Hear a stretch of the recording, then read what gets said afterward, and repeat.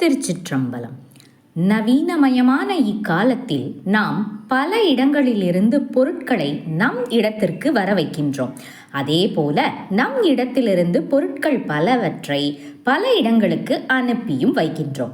இப்படிப்பட்ட சரக்கு போக்குவரத்தானது வீட்டிலும் வியாபாரத்திலும் பொதுவாகவே தற்காலத்தில் நடைபெறுகின்றன. நம் பாதுகாப்பு எவ்வளவு முக்கியமோ அதே போல்தான் நாம் அனுப்பி வைக்கும் அல்லது பெறப்போகும் பொருட்களும் பாதுகாப்பாக இருக்க வேண்டும் என்று நாம் எண்ணுவோம். இதற்கும் நிச்சயம் இறைவன் துணை வேண்டும். என்னதான் நாம் இந்த சரக்கு போக்குவரத்திற்கான காப்பீட்டை எடுத்து வைத்திருந்தாலும் உச்ச காப்பீட்டாளரான இறைவன் கொடுக்கும் காப்பீடே தலை சிறந்த பாதுகாப்பை அளிக்கும் அல்லவா? ஆகவே பாதுகாப்பான சரக்கு போக்குவரத்திற்கு சுந்தரமூர்த்தி நாயனார் அருளிய இந்த பாடலை நாம் தினமும் பாடி வரலாம்.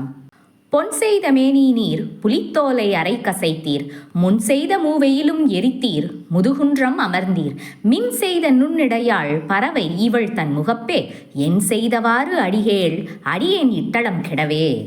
இந்த பாடலின் பின்னணி என்னவென்றால், திருமுதுகுன்றம் எனும் விருதாச்சல தலத்திற்கு வந்த சுந்தரர் அங்கே விருத்தகிரீஸ்வரரிடம் பொருள் வேண்டும் என்ற குறிப்புடன் பதிகம் பாட ஈசன் அவருக்கு 12,000 பொன்னினை பரிசிலாக வழங்கினார்.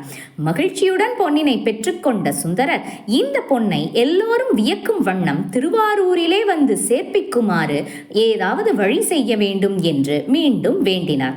ஆகையால் ஈசன் அப்பொன்னினை மணிமுத்தாற்றில் இட்டு திருவாரூர் கோயில் குளத்தில் எடுத்துக்கொள்ளும்படி அறிவுறுத்தினார். சுந்தரரும் அவ்வாறே தான் பெற்ற 12,000 பொன்னினை அங்கே கோயிலுக்கு எதிரே ஓடிய மணிமுத்தாற்றில் விட்டார். பின்பு பல தலங்கள் சென்று ஈசனை தரிசித்த பின் திருவாரூர் சென்றடைந்தார். அப்போது தனது மனைவி பரவை நாச்சியாரிடம் திருமுதுகுன்றத்து ஈசன் தமக்கு 12,000 பொன்னினை வழங்கியதை பற்றியும் அவற்றை தான் மணிமுத்தாற்றில் இட்டு தற்பொழுது திருவாரூர் குளத்தில் எடுக்கப் போவதாகவும் சொன்னார். இதனை கேட்டு மிகவும் வியப்படைந்தார் பரவை நாச்சியார்.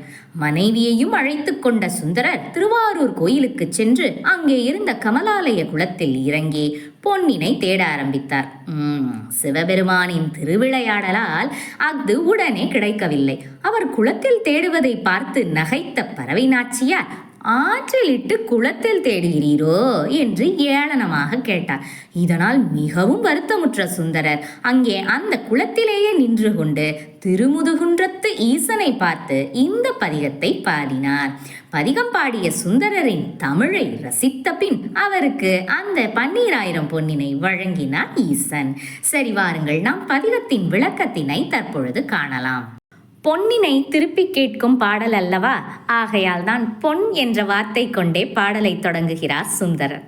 சிவந்த திருமேனியினை உடைய சிவபெருமானை பொன் செய்த மேனியரே என்று முதலில் விളിக்கிறார்.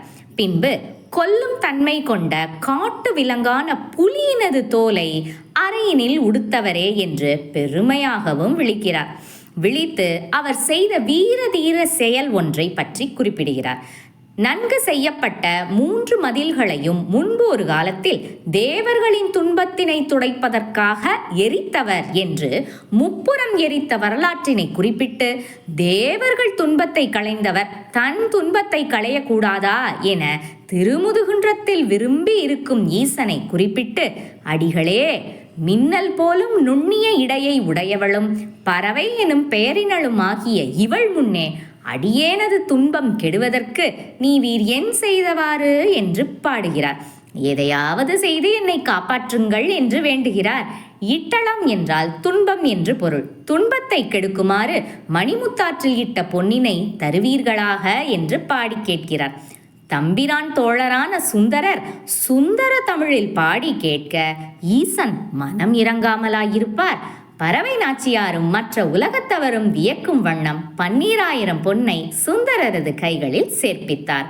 பாருங்கள், எவ்வளவு பத்திரமாக 12,000 பொன்னானது விருதாச்சலம் தலத்திலிருந்து திருவாரூர் கோயில் குளத்திற்கு வந்து சேர்ந்தது.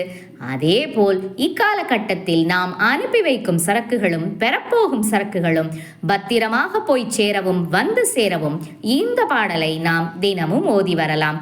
பதிகம் முழுதும் ஓதிய பலன் நிச்சயம் கிட்டும். திருச்சிற்றம்பலம்.